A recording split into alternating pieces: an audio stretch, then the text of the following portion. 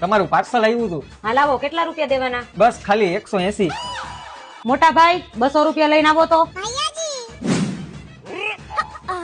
હાલે 200 રૂપિયા. મારી પાસે 20 રૂપિયા છૂટા નથી. એક કામ કરો, તમે નીચે આલો, 200 રૂપિયાના હું છૂટા કરાવી નાખું. 180 રૂપિયા હું રાખું અને 20 રૂપિયા તમને આપું.